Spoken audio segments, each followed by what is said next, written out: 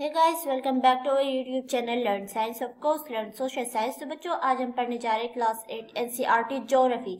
Yes बच्चों, आज हम लोग ज्योग्राफी पढ़ने जा रहे हैं क्योंकि हम लोगों का पॉलिटिकल साइंस का सिलेबस कंप्लीट हो चुका है। 2021 के खात्मे के साथ साथ हमने सिलेबस का भी खात्मा कर दिया था और आज हम लोग जो है ज्योग्राफी पढ़ने जा रहे हैं और चैप्टर नंबर 4 एग्रीकल्चर पढ़ रहे हैं। हम लोगों ने 3 चैप्टर्स जो है टर्म 1 के लिए जब हम पढ़ रहे थे उसी टाइम कंप्लीट कर लिया था। तो अगर आप लोगों ने वो नहीं देखे हैं या आप लोग हमारे चैनल पर न्यू हैं तो चैनल को सब्सक्राइब करके आप जल्दी से जो है वो वाले सारे पार्ट्स देख लिए, वो चैप्टर्स पढ़ लीजिए, फिर आप लोग ये वाले चैप्टर स्टार्ट कीजिएगा। तो चलिए, जिन लोगों ने पढ़ लिया आज का हम चैप्टर स्टार्ट करते हैं। और सबसे खास बात बच्चों, ये 1 शॉट स्पेशल वीडियो है, यानी एक शॉट में हम लोग जो है इस चैप्टर को कंप्लीट करने वाले हैं। क्योंकि ये जो चैप्टर है ये बेसिकली ऐसा है कि हम लोग बहुत कुछ इसके बारे में पहले से जानते हैं, बहुत कुछ पढ़ रखा है, बस हमें एक सरसरी सी निगाह दौड़ाने की जरूरत है और हमें सारी चीजें बस समझ में आ जाएंगी। तो चलिए स्टार्ट करते हैं। तो यहाँ पे पहले एक छोटी सी स्टोरी है। Gurpreet, Madhu and Tina were walking through the village where they saw farmer tilling land. कि गुरप्रीत, मधु और टीना जो है वो गांव में घूम फिर रहे थे। उन्होंने वहां देखा कि एक जो फार्मर है वो जमीन की खुदाई, जुताई, बुआई, जो भी आप कह सकते हैं, कर रहा है। The farmer told them he was growing wheat and had just added manure to the soil to make it more fertile। तो फार्मर ने उनको बताया कि उसने जो है गेहूं को बोया था और वो इसमें कुछ खाद वगैरह मिला रहा है ताकि उससे वो जमीन को ज्यादा फर्टाइल बना सके, ज्यादा उपजाऊ बना सके। He told the children that the wheat would fetch a good price in the mandi and from where it would be taken to factory to make bread and biscuits from flour। तो उन्होंने बच्चों को बताया कि wheat जो है वो मंडी में काफी अच्छे प्राइजेस में जो है बेचा जा सकता है और जहाँ से वो जो है फैक्ट्रीज जो है उसको ले लेंगी और फिर वो जो है उसका आटा बना के उससे बिस्किट, ब्रेड्स वगैरह जो है बनाएंगी। तो ये पूरी एक आपको कहानी सी बताई गई। यहाँ पे आपको एक थोड़ा ओवरव्यू दे दिया गया कि एक बीज की बुआई से लेके जो आप लोग ब्रेड और ये सारी चीजें खाते हैं वहां तक तैयार होने में पूरा प्रोसेस लगता है। तो चलिए इसी प्रोसेस को समझेंगे हम आगे। This formation from a plant to finished product involves 3 types of economic activities। कि ये ट्रांसफॉर्मेशन एक प्लांट से लेके एक फिनिश प्रोडक्ट तक, यानी एक गेहूं से लेके उसके ब्रेड बनने तक जो है उसमें 3 टाइप्स की जो है इकोनॉमिक एक्टिविटीज इंक्लूड होती हैं। कौन सी? Primary, secondary and territory. अब प्राइमरी क्या होती है? Primary activity include all those connected with extraction and production of natural resources. Agriculture, fishing and gathering are also examples. Secondary activities are concerned with the processing of this resource. Manufacturing of steel, baking of bread and weaving of cloth are examples of this activity. Territory activities provide support to the primary and secondary sectors through services, transport, trade, banking, insurance and advertisement are examples of territory activities। यानी primary में क्या होता है? Primary में सबसे primary काम होता है, यानी जैसे हम लोग बोलते हैं ना प्राइमरी एजुकेशन, यानी बिल्कुल बेसिक एजुकेशन, बेसिक काम होता है। यहाँ पे नेचुरल रिसोर्सेज को पैदा किया जाता है, जैसे एग्रीकल्चर हो गया, फिशिंग हो गया। सेकेंडरी में यहाँ पे प्रोसेस में आती है, जैसे कि अब उस जो रिसोर्स है उसका बेकिंग ऑफ ब्रेड, यानी ब्रेड्स को बनाना, और जैसे कॉटन की हमने खेती की तो अब उससे कॉटन से कपड़ा बुनना। अब सेकंड में आता है कि सर्विस, यानी अब उसको जो है मार्केट में बेचना, ट्रांसपोर्ट करना, ट्रेड, बैंकिंग में ये सारी चीजें सर्विस, जितनी सर्विस मतलब जो सर्विसेज जो दी जाती हैं पब्लिक को, वो सारी चीज टेरिटरी में आती है। ओके, तो एक फिनिश प्रोडक्ट से लेके, एक प्लांट से लेके एक फिनिश प्रोडक्ट तक 3 टाइप्स की इकोनॉमिक एक्टिविटीज इंक्लूड होती हैं, इन्वॉल्व होती हैं, प्राइमरी, सेकेंडरी एंड टेरिटरी। तो चलिए अब आगे बढ़ते हैं। तो हम लोगों ने पढ़ लिया व्हाट इज एग्रीकल्चर। अब हम लोग पढ़ेंगे कि एग्रीकल्चर होता क्या है। अभी तक हमने देखा कि इसमें 3 टाइप्स की होती है, तो हमें सबसे पहले बेसिक ये जानना जरूरी है कि एग्रीकल्चर बेसिकली बोलते किसको है, इसकी डेफिनेशन क्या है। Agriculture is a primary activity as we know, जिससे हमने प्राइमरी एक्टिविटी के एग्जांपल में देखा, एग्रीकल्चर जो है खेती करना, ये एक प्राइमरी एक्टिविटी है, ना सेकेंडरी है ना टेरिटरी है। इसमें क्या हो रहा है? नेचुरल रिसोर्सेज को उगाया जा रहा है directly. It includes growing crops, fruits, vegetable, flowers and rearing of life stocks. In world 50% of person are engage in agriculture activity. मतलब पूरी दुनिया में तकरीबन 50% से ज्यादा लोग, 50% लोग जो है, 50% लोग जो है वो एग्रीकल्चरल एक्टिविटी में जो है इन्वॉल्व है, इंगेज है।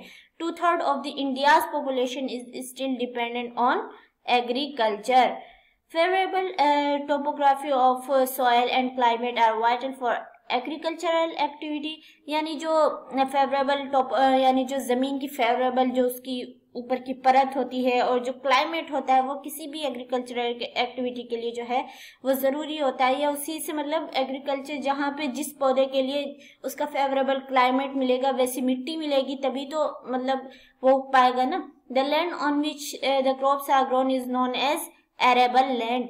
और जिस जमीन पर जो क्रॉप्स होती हैं वो उगती हैं तो वो किसके नाम से जानी जाती है? Arable land. यानी जो जमीन जो है क्या है, कुछ उगाने के लायक है, जहाँ पे खेती की जा सकती है। In the map you can see that agriculture activity is concentrated in those region of the world where suitable factors of the growing of crop exist. यानी आप अब मैप में देखेंगे कि आप लोगों को वहाँ पर जो है ज़्यादा एग्रीकल्चर एक्टिविटीज़ दिखेंगी वर्ल्ड के उन रीजन्स में जहाँ पे जो है किसी भी क्रॉप के उगने के लिए जहाँ सुटेबल क्लाइमेट होगा, टोपोग्राफी होगी सॉइल की। तो चलिए एक बार हम लोग मैप को देख लेते हैं। यह मैप है distribution of arable land in world. जितना आपको ये ग्रीन दिख रहा है पूरे वर्ल्ड मैप में, ये पूरा क्या है, ये पूरे वर्ल्ड में जो है एरेबल लैंड का एरिया है। देख सकते हैं आप लोग इसको जो है गौर से देख के इस पे थोड़ा गौर फिक्र करके आप देख सकते हैं कि किस किस एरिया में कहाँ है। हमारी इंडिया में देखिए, हमारी इंडिया की बेशतर जमीन, ज्यादातर हिस्सा जो है वो क्या है, उपजाऊ के लायक है। इसीलिए हमारे इंडिया की 2/3 जो पॉपुलेशन है वो अभी तक क्या है, एग्रीकल्चर पे डिपेंडेंट है। हमारा इंडिया पूरा क्या है, एक कृषि प्रधान देश है। यानी कि यहाँ पे हमारे इंडिया में बहुत ज़्यादा कृषि होती है, बहुत ज़्यादा एग्रीकल्चर होती है, एग्रीकल्चरल एक्टिविटी बहुत ज़्यादा होती है। तो चलिए अब आगे बढ़ते हैं। अब फार्म सिस्टम को हम पढ़ेंगे। एग्रीकल्चर और farming can be looked as a system. Agriculture और फार्मिंग जो है वो पूरे एक सिस्टम के तहत चलता है। उसमें पूरा एक प्रोसेस होता है। ज़मीन की पहले जुताई होती है उसकी, फिर उसमें जो है बीज डाले जाते हैं, फिर उसमें जैसे आप यहाँ पे देख सकते हैं केमिकल्स वगैरह डाले जाते हैं, फिर उससे जो है क्रॉप्स बन के निकलते हैं। ये इनपुट्स लगते हैं, ये प्रोसेस है पूरा, और ये आउटपुट हमें मिलता है। तो पूरा एक मतलब कि एक सिस्टम के तहत चलता है। फिजिकल इनपुट्स में क्या होता है, सनशाइन चाहिए, टेम्परेचर, सोयल, स्लोप, रेनफॉल। और ह्यूमन इनपुट्स क्या लगता है, स्टोरेज, लेबर, मशीनरी, केमिकल्स, ये सारे ह्यूमन इनपुट्स है। तो the important inputs are seeds, fertilizers, machinery and labor. Some of the operation involved are plugging, sowing, irrigation, weeding and harvesting. The outputs from the system include crops, wool, dairy and poultry products. Okay, यानी कि जब inputs हम लगाते हैं, जैसे irrigation है, weeding है, ploughing है, ये सारी चीज़ें, हार्वेस्टिंग है, ये करते हैं, तो हमें आउटपुट्स किसके रूप में मिलते हैं, बीज वो क्रॉप्स के रूप में, फसलों के रूप में। अगर हम जानवरों की एनिमल हस्बेंड्री कर रहे हैं तो उसमें वूल, डेयरी, ये सारी चीज़ें हमें मिलती हैं आउटपुट के रूप में। तो चलिए अब आगे बढ़ते हैं। Types of farming. अब फार्मिंग करने के कितने कितने तरीके होते हैं। पूरे वर्ल्ड में तो एक जैसी फार्मिंग होती नहीं है, या फिर हर जगह तो हर फार्मर तो एक जैसा कहीं आप देखते होंगे कोई बहुत बड़ी, किसी की बहुत बड़ी मतलब खेती है और किसी की बहुत छोटी सी खेती। तो चलिए देख लेते हैं सबको किस किस तरह की खेती होती है वर्ल्ड में। Farming is a practice in various ways across the world. कि फार्मिंग जो है पूरे वर्ल्ड में जो फार्मिंग को डिफरेंट तरीके से किया जाता है depending upon the geographical conditions, demand of produce, labour and level of technology. और ये सारी चीज डिपेंड करती है किस पे, की ज्योग्राफिकल कंडीशन पे, और जो वो प्रोड्यूस कर रहे हैं उसकी डिमांड पे, लेबर पे, और जो लेवल ऑफ टेक्नोलॉजी है इस पे भी बहुत हद तक डिपेंड करती है।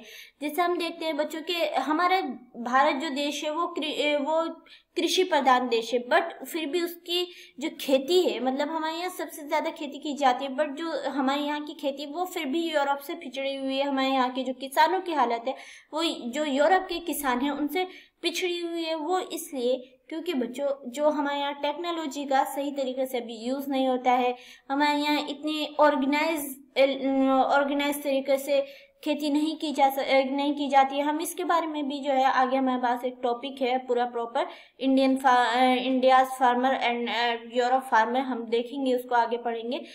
तो जो यूरोप के फार्मर होते हैं वो एक कहा जाता है कि वो लाइक ए बिजनेसमैन, यानी पूरे प्रोफेशनल तरीके से वो फार्मिंग करते हैं। तो ये सारी चीजें डिपेंड करती है लेवल ऑफ टेक्नोलॉजी पे, इन सारी चीजों पे। Farming can be classified into 2 main types. Farming को हम जो है 2 मेन टाइप्स में जो है क्लासिफाइड कर सकते हैं। Number first subsistence farming and number second commercial farming. Subsistence farming अब किसको बोलते हैं? This type of farming is practice to meet the needs of farmers family. Traditionally low levels of technology and household labour are use to produce on small outputs. कि subsistence farmings में जो छोटे मोटे किसान होते हैं जो basically farming करते हैं बहुत मतलब अपनी फैमिली की नीड को पूरा करने के लिए, और बहुत ट्रेडिशनल तरीके से बेल वगैरह से, मतलब कोई भी टेक्नोलॉजी का यूज नहीं करते, बहुत लो लेवल्स ऑफ टेक्नोलॉजी, और घर के ही लोग मिलके जो है फार्मिंग करते हैं और बहुत थोड़ा सा आउटपुट उसका निकलता है। Commercial farming, in commercial farming crops are grown and animals are reared for sale in the market।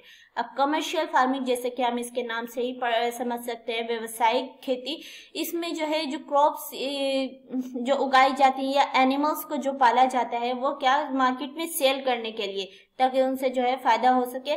The area cultivated and the amount of capital used in large, most of the work is done by machines। Commercial farming includes commercial grain farming, mixed farming and plantation agriculture। तो 2 main types में बांटा। अब subsistence farming जो है इसको हम 2 और parts में क्लासिफाइड कर सकते हैं, एक इंटेंसिव सब्सिस्टेंस एग्रीकल्चर एंड दूसरा प्रिमिटिव सब्सिस्टेंस एग्रीकल्चर। ओके, इसी तरह हम कमर्शियल फार्मिंग को भी 2 मेन पार्ट्स में डिवाइड करते हैं, एक मिक्स्ड फार्मिंग दूसरा प्लांटेशन। मिक्स्ड फार्मिंग में ये होता है कि in mixed farming the land is used for growing food and fodder crops and rearing life stock. It is practiced in Europe, Eastern USA, Argentina, Southeast Australia, New Zealand and South। और plantation में plantation are a type of commercial farming, commercial farming where single crop of tea, coffee, sugar cane, cashew, rubber, banana और cotton are grown। large amount of labor capital are required। the produce मतलब ये कि यहाँ पे बहुत plantation में बहुत बड़ी मात्रा में जो है कोई भी सिंगल क्रॉप जो है वो उगाई जाती है, उसमें बहुत ज्यादा मतलब बहुत लार्ज अमाउंट में लोग लेबर काम करते हैं और बहुत सारी कैपिटल रिक्वायर्ड होती है। तो ये सारी चीज होती है। अब हम इनको आगे पढ़ते हैं प्रिमिटिव और इंटेंसिव को। प्रिमिटिव सब्सिस्टेंस एग्रीकल्चर बोलते हैं include shifting, cultivation and nomadic herding. Primitive subsistence agriculture में यानी हम लोगों ने बेसिकली किसके पार्ट्स हैं? इंटेंसिव के। इंटेंसिव में हम क्या पढ़ा कि वो खेती जिसमें लोग अपने लिए मतलब अपनी नीड को पूरा करने के लिए जो है उगाते हैं। तो इसी तरह इसमें shifting cultivation and nomadic herding आता है। शिफ्टिंग कल्टीवेशन क्या है? Shifting is a practice in the thickly forested areas of Amazon basin, tropical Africa, parts of south east Asia and northeast India। These are the areas of heavy rainfall and quick regeneration of vegetation। A plot of land is cleared by felling the trees and burning them। The ashes are then mixed with the soil and crops like maize, yam, potatoes and cassava are grown। After the soil loses its fertility, the land is abandoned and the cultivators move to a new plot। Shifting cultivation is also known as slash and burn agriculture।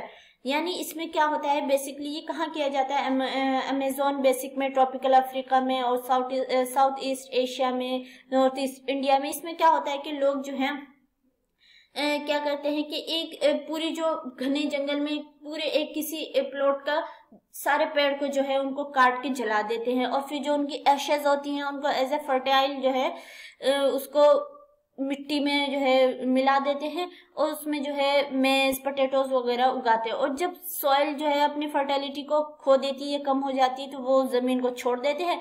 फिर जो cultivator से वो एक new plot पे जो है move हो जाते हैं। तो इसको स्लैश एंड बर्न एग्रीकल्चर के नाम से भी जाना जाता है, जो कि बच्चों इसके बारे में भी हम पढ़ेंगे। इसके बहुत सारे नुकसान भी है इस तरह की खेती करने से। और दूसरा है नोमैडिक हर्डिंग, इस practice in the semi arid and arid region of Sahara, Central Asia and some parts of the India like Rajasthan, Jammu and Kashmir. In this type of farming, herdsmen move from place to place with their animals for fodder and water along defined routes. यानी इसमें जो basically जो fodders होते हैं वो herdsman होते हैं, यानी जो लोग घुमक्कड़, हम लोगों ने जिनके बारे में सोशल में भी पढ़ा था, जो ट्राइबल्स होते हैं जो घूमते रहते हैं इधर से उधर, तो उनको क्या करते हैं कि वो एक जगह से दूसरी जगह अपने एनिमल्स को लेके पानी की खाने की तलाश में घूमते रहते हैं। This type of movement arises in response to climatic constraint and terrain. Sheep, camel, yak and goats are most commonly reared. They provide milk, meat, wool, hides and other products to the herders and their families. तो ये दो type की हुई primitive subsistence agriculture में हम लोगों ने देखी। तो प्रिमिटिव क्या है, हम लोग क्या पढ़े थे, इंटेंसिव में दो तरह की आती हैं, एक सबसिस्टेंस फार्मिंग में एक इंटेंसिव फार्मिंग एंड दूसरा प्रिमिटिव सबसिस्टेंस फार्मिंग। तो प्रिमिटिव सबसिस्टेंस फार्मिंग को भी दो हिस्सों में बांटा जा सकता है। उसमें क्या आता है, shifting cultivation and nomadic herding. तो चलिए अब आगे बढ़ते हैं। अब है major crops. A large variety of crops are grown to meet the requirement of the growing population. कि जैसे हमारी जनसंख्या बढ़ती जा रही है, इसी तरह जो लार्ज वेराइटी ऑफ क्रॉप्स है इनकी जो है रिक्वायरमेंट्स जो है बढ़ती जा रही हैं। Crops also supply raw materials for agro based industries. Major food crops are wheat, rice, maize and millets. Jute and cotton are fibre crops. Important beverage crops are tea and coffee. तो मतलब कुछ major crops है, जैसे हमारे world की population बढ़ती जा रही है, उन सारे क्रॉप्स की जो है रिक्वायरमेंट भी बढ़ती जा रही है, जिसमें से जो व्हीट, राइस, मेज हैं, ये सारे मिलेट्स हैं, ये सारे मेजर क्रॉप्स हैं। जूट, कॉटन ये फाइबर क्रॉप्स हैं और टी एंड कॉफी ये बेवरेज इंपॉर्टेंट क्रॉप्स है। तो चलिए आप लोग इनके बारे में पढ़ लीजिएगा। और देखिए वन शॉट में सबसे अहम बात यही होती है कि थोड़ी सी मेहनत आपको भी करनी पड़ती है। पार्ट वाइज में ये क्या है कि हम एक एक लाइन करके पढ़ लेते हैं, तो आप लोग जरूर राइस, व्हीट, इन सारी चीजों के बारे में पढ़ लीजिएगा। मिलेट्स, मेज, कॉटन, जूट, कॉफी, टी, ये आपकी नोटबुक में वो बुक में दी गई है और ये आपकी बुक में प्रॉपर तरीके से दी गई। अगर ये आपकी बुक में इतनी प्रॉपर तरीके से दी गई है तो यकीनन आपसे इससे क्वेश्चन पूछा जा सकता है कि इनका जो है कैसा इनको क्लाइमेट चाहिए, कैसी सॉइल में जो है ये उगती, ये सारी चीजें जो है लिखी हुई बुक में आप जरूर से पढ़ लीजिएगा। ये बच्चों अभी नहीं बल्कि आप जितनी आगे क्लास में बढ़ते जाएंगे ये सारी चीजें वहां आपसे बार बार पूछी जाती रहेंगी, तो आप लोग जरूर पढ़ लीजिएगा। होप्स हो कि आप लोग जरूर पढ़ लेंगे। तो चलिए इसी के साथ आगे बढ़ते हैं एग्रीकल्चरल डेवलपमेंट के। अब एग्रीकल्चरल डेवलपमेंट के बारे में पढ़ेंगे हम कि किस तरह इसको डेवलप किया जा सकता है या हमारी क्या डेवलपमेंट रेशियो चल रही है। Agricultural development refers to efforts to make increase farm production in order to meet the growing demand of increasing population. This can be achieved in many ways such as increasing the cropped area, the number of crops grown, improving irrigation facilities, use of fertilizers and high yielding variety of seeds. Mechanization of agriculture is also another aspect of agricultural development। यानी हम machines का use करके, नई technologies का use करके, जिस तरह हमारे यहाँ जो पॉपुलेशन बढ़ रही तो इसकी भी तो जो वहाँ उसके ग्रो मतलब जो इसकी रिक्वायरमेंट है एग्रीकल्चर की वो भी बढ़ती जा रही है। सभी लोगों के लिए अनाज उगाने की रिक्वायरमेंट बढ़ती जा रही है। तो इसी में आपको बताया जा रहा है कि अगर हम mechanisation of agriculture is also another aspect. The unlimited aim of agriculture development is to increase food security. इससे जो है फूड सिक्योरिटी को जो है मतलब कोई भी कहीं पे भी भूखमरी नहीं होगी। इससे जो है इस बात को जो है हम लोग इस एम को पूरा कर सकते हैं। तो चलिए आप लोग पढ़ लीजिएगा ये सारी चीजें बच्चों। ये जो एग्रीकल्चर वाला टॉपिक है ये थोड़ा बोरिंग तो है, बट हाँ ये आपसे हमेशा पूछा जाता रहेगा। अगर आप लोग ज्योग्राफी लेके आगे बढ़ेंगे तो ज्योग्राफी लेके क्या भी आपको 9th 10th में पढ़नी होगी, तो उसके लिए आप लोगों के लिए अभी पढ़ना बहुत ज़्यादा ज़रूरी है, वरना आगे पढ़ के अगर अभी आप लोग पढ़ लेते हैं तो आगे जो है आप लोग को इतनी दिक्कत नहीं आएगी, इतना बोरिंग नहीं लगेगा। तो इसलिए पढ़ते रहिए, ओके, और ज़रूर पढ़ लीजिएगा। चलिए अब आगे बढ़ते हैं। A farm in India and a farm in the USA. देखिए यहाँ पे बेसिकली इस पूरे इसमें दिखाया गया है कि किस तरह जो है एक जो हमारे यहाँ जो इंडिया में फार्म है, जिसमें एक मुन्ना लाल फार्मर को लिया गया है जिसके पास 1.5 हेक्टेयर ज़मीन है। मतलब इतनी ज़मीन होने के बावजूद, इतना सब कुछ होने के बावजूद भी जो है वो क्या है कि मतलब एक पूरा प्रॉपर तरीके से, प्रोफेशनल तरीके से जो है वो नहीं कर पाता। उसके पास कुछ हैंड्स वगैरह वो अपने घर के लोगों को अपने घर के लोगों को मतलब उसके घर के लोग भी उसकी हेल्प करते हैं, और एंड देन वो ज़्यादा टेक्नोलॉजी का यूज़ नहीं करता। फिर भी मतलब इतना कुछ होने के बावजूद भी वो बस एक कुछ ट्रेडिशनल मेथड से जो है वो अपने बैलों के साथ खेतों की जुताई करता है, और ट्यूबवेल से वो पानी वगैरह भरता है। मतलब तो इस तरह ये दिखाया जा रहा है farm in India and farm in USA. अब एक यूएसए का फार्म दिखाया जा रहा है कि जहाँ पे मतलब एक टिपिकल फार्म साइज भी जो है वहाँ पे 250 हेक्टेयर्स के करीब होता है। मतलब एक छोटा से छोटा फार्म वहाँ पे 250 हेक्टेयर्स पे होता है। और जो Joy horn farmer Joy horn जो है वो जो मिडवेस्ट यूएसए में रहता है, वो जो है मतलब अपनी जो मिट्टी है उसको बार बार लेबोरेटरी में जांच के लिए भी भेजता रहता है वक्तन फवक्तन, ताकि वो जांच सके कि उसमें किस चीज़ की कमी है, न्यूट्रिएंट सफिशिएंट है कि नहीं है, किस तरह की जो है फर्टिलाइजर उसको। और वो जो है एक साइंटिफिक फर्टिलाइजर प्रोग्राम से भी जुड़ा हुआ है, उसका कंप्यूटर जो है वो सैटेलाइट से जुड़ा हुआ है, जिससे उसको उसके फील्ड की फुटेज जो है मिलती रहती है। Okay, this help him to end pesticide where they are required.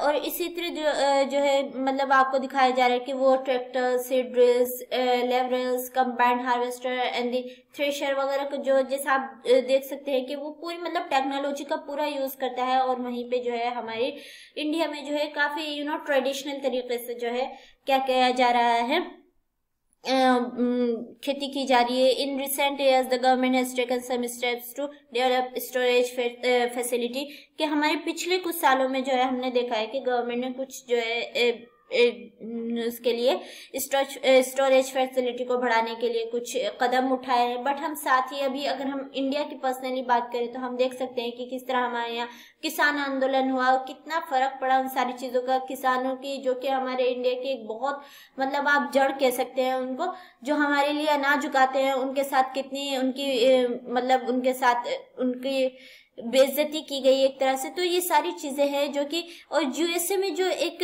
Farmer होता है वो लाइक ए बिजनेसमैन होता है and not a like a pheasant farmer. वो मतलब बिल्कुल एक प्रोफेशनल बिजनेसमैन की तरह होता है, उसकी खेती आमदनी भी इतनी ही होती है। तो ये कुछ फर्क था जो आपको दिखाया गया। तो बच्चों बस इस चैप्टर में इतना ही। आई नो कि ये इतना मजेदार चैप्टर नहीं था, बट हाँ बहुत इंपॉर्टेंट चैप्टर था जो हमारे साथ युगों से चला रहा है, युगों तक चला जाएगा हमारे साथ। हमें अगर हम ज्योग्राफी पढ़ते हैं तो हमें ये सारी बातें तो जानना बहुत ज्यादा जरूरी है। तो वन शॉर्ट वीडियो थी, हो गई कंप्लीट, लेकिन इसी के साथ बहुत सारा कुछ है जो आपको पढ़ना है। जो हमने जैसे ये हमने ऐसे एज ए स्टोरी पढ़ लिया, लेकिन आपको इसको लाइन बाय लाइन पढ़ना है, क्योंकि इसी तरह आपके जो है क्या आते हैं, एमसीक्यूज आते हैं, यही से आपसे पूछे जाते हैं। इन सारी चीजों में बहुत इन सारे मतलब जो हम लोगों ने ऐसे ऐसे स्टोरी पढ़ लिया, आपको सिर्फ टॉपिक देख के जो है आपको समझा दिया, उसके अंदर जो है बहुत सारी बातें लिखी होती है जो आपको खुद से पढ़नी है, और होप से कि आप लोग खुद से पढ़ लेंगे। तो चलिए बच्चों, आज के लिए बस इतना ही, हमारा हो गया चैप्टर कंप्लीट। हम इंशाल्लाह नेक्स्ट वीडियो में इसके क्वेश्चन आंसर करेंगे। तो चलिए, अगर आप लोगों को चैप्टर अच्छा लगा होगा तो या आपका चैप्टर कंप्लीट हुआ तो वीडियो को जरूर से लाइक कीजिएगा, जरूर लाइक कीजिएगा। और अगर आप हमारे चैनल लर्न साइंस पर न्यू हैं तो हमारे चैनल लर्न साइंस को जरूर सब्सक्राइब कीजिएगा और हमारी 1K फैमिली में जल्दी से शामिल हो जाइएगा। तो चलिए बच्चों, आज के लिए बस इतना ही। तब तक के लिए गुड बाय, मिलते हैं अगली वीडियो में।